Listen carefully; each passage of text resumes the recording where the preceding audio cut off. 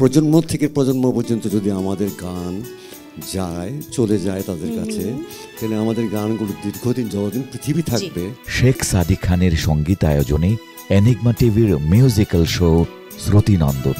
জীবনের কিছু কথা থাকে যা কোনোদিন বলা হয় না, এভাবে কেটে যাকে জীবন, কি হবে ব্যথার বাড়ি।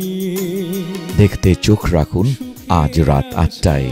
তোমারই প্রতীক্ষায় সারাটা জীবন যদি কেটে যায়, আমি তোমারই থাকবো, তোমারই আশায় আমি তোমারই থাকবো, তোমারই আশায়।